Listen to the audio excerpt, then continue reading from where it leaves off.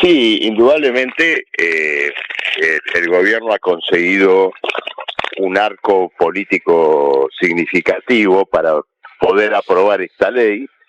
Bueno, y en esto, bueno, hay negociaciones que involucran a gobernadores del interior, que envuelven también a la cuestión del presupuesto 2026,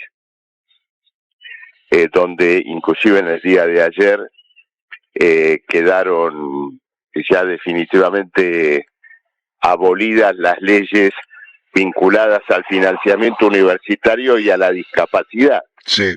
¿No es cierto? Es decir, se está avanzando en una especie de trituradora de todos los derechos sociales de la Argentina y ahora también en lo que tiene que ver con el derecho del trabajo.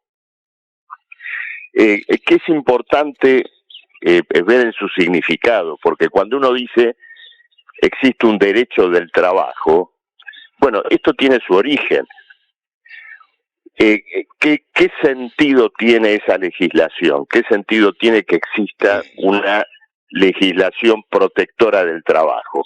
Bueno, la razón es muy sencilla. La relación entre el trabajo y el capital, entre el patrón y el empleado, no es una relación de iguales.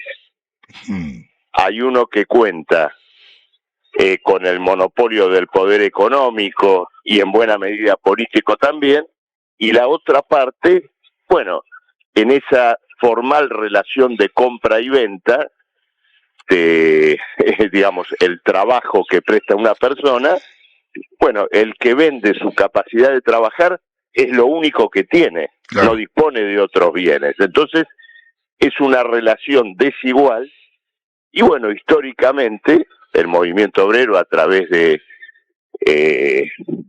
sus luchas, logró imponer una legislación protectora del trabajo.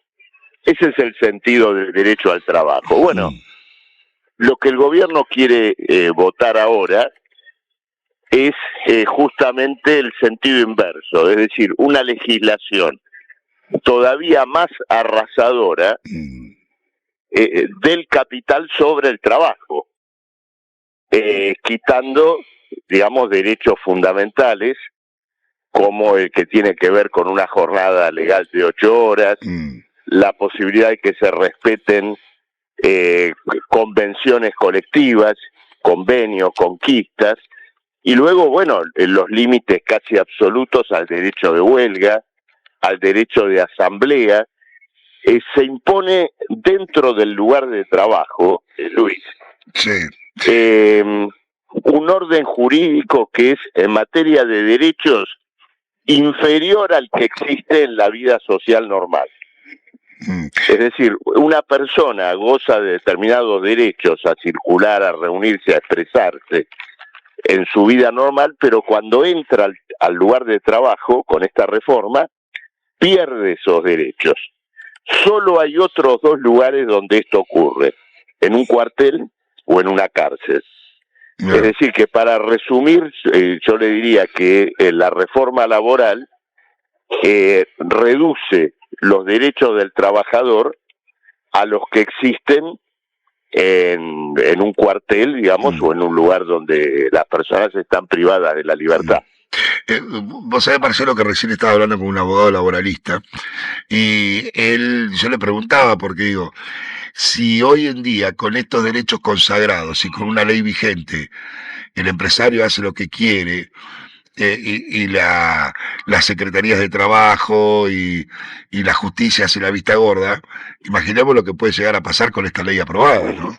Claro, efectivamente, porque ya hoy, ¿no es cierto?, se violan muchos derechos laborales en la práctica de los lugares de trabajo, y bueno, esto viene a legalizar, ¿no es cierto?, esa violación. Sí. Hay mentiras que a mí me gustaría refutarlas y decirlas contigo, Marcelo.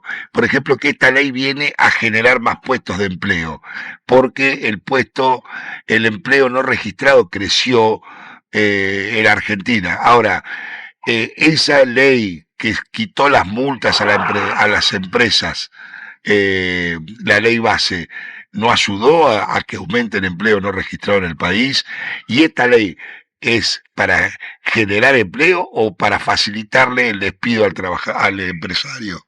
No, ocurre lo siguiente, Luis. El empleo se relaciona con el nivel de actividad económica. Es como algo que es empujado desde otro lado. ¿Qué quiere decir esto?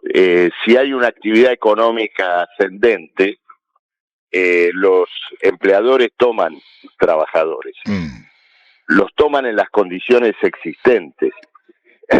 Y eso ha ocurrido siempre, porque nadie va a dejar de emplear a un trabajador que considere que está pagando mal por esto, por otro. Por otra parte, el costo laboral en la Argentina está por el piso.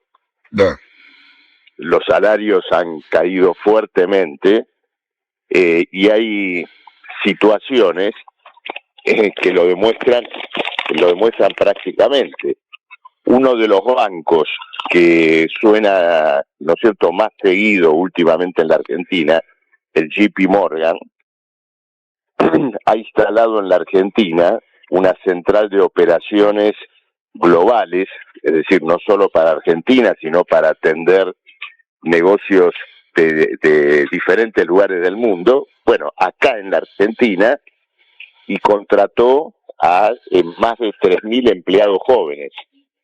Evidentemente no lo hizo resulte caro, sino porque seguramente para el nivel de calificación que tienen los jóvenes argentinos, le debe haber resultado muy conveniente. Claro. Ahora, entonces, el costo laboral está por el piso. Y siempre quedó muy claro que el empleo depende de la actividad económica en general. Acá, lo que existe, como bien decías recién, es un fuerte incentivo al despido. Es decir, se le están abriendo las puertas a las empresas para poder llevar adelante despidos con bajo costo. Por ejemplo, la indemnización ahora se va a pagar sin ningún tipo de suma adicional, sino sobre el salario raso. Y con tope. ¿Cierto? Y con tope, hasta 3 salarios. Con topes. Y luego, con este fondo de asistencia laboral, que equivale a que el propio empleado se paga su indemnización. ¿Por qué? Porque ese fondo se constituye con una parte de los aportes previsionales. Es decir, en el fondo lo está financiando el ANSES. El trabajador está pagando su despido con los recursos de la propia jubilación. Un robo de este tipo, yo creo que los diputados que lo vayan a votar se tienen que dar cuenta que el día de mañana van a ser juzgados por un acto de felonía. Estamos ante operaciones verdaderamente delictivas desde el propio Congreso, desde el propio Estado. Es decir, la indemnización, que es un derecho laboral y por lo tanto un costo que el patrón paga por el acto de dejar a una persona sin trabajo, pasa a convertirse en lo contrario. Es decir, en un costo que el trabajador asume cuando el empleador toma la decisión de desprenderse de él. ¿Qué nos queda por delante? El trabajo forzado. Es decir, que se resuelva que las personas tienen que concurrir a trabajar por la fuerza pública. Esto que se está haciendo es verdaderamente bochornoso desde el punto de vista de la destrucción del derecho laboral. Luego se generaliza la figura del monotributo, ya definitivamente como una figura que no genera ni presume relación de dependencia o derechos laborales. Es decir, que una persona puede permanecer ahora trabajando en un lugar 10 años sin que pueda luego alegar ante la justicia del trabajo lo siguiente: bueno, miren, yo no soy un proveedor de servicios, hace 10 años que le extiendo una factura al mismo empleador, Claro. me corresponde una relación de dependencia con él, ya no lo puede peticionar. Marcelo, por último, en un contexto donde, bueno, ahora quiere salir a protestar la CGT después que estuvo guardada mucho tiempo, pero hay como una sensación como que la sociedad, o es que no le interesa, no es que no le interesa, no lo conoce en profundidad, o que está adormecida porque se están metiendo con derechos fundamentales de la gente. No, lo que ocurre, a mi juicio, es que, como bien decías, Luis, hace un rato, una enorme cantidad de trabajadores ya ha vivido que estos derechos fueron pisoteados en la práctica, ¿no es cierto?, en sus lugares de trabajo. Entonces siente que las cosas no cambian.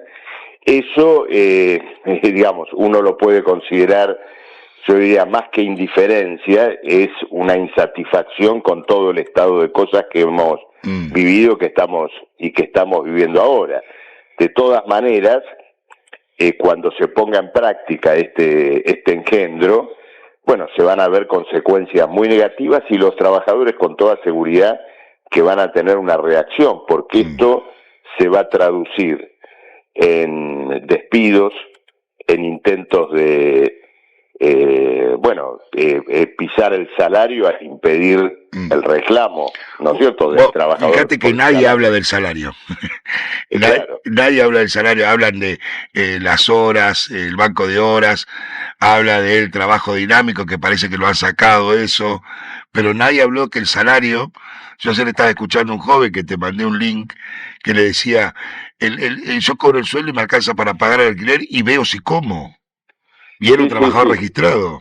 Esa es la realidad que estamos viviendo, y que ahora va a venir una época también muy convulsiva, porque con poco ruido el gobierno el lunes pasado cambió su propio programa económico.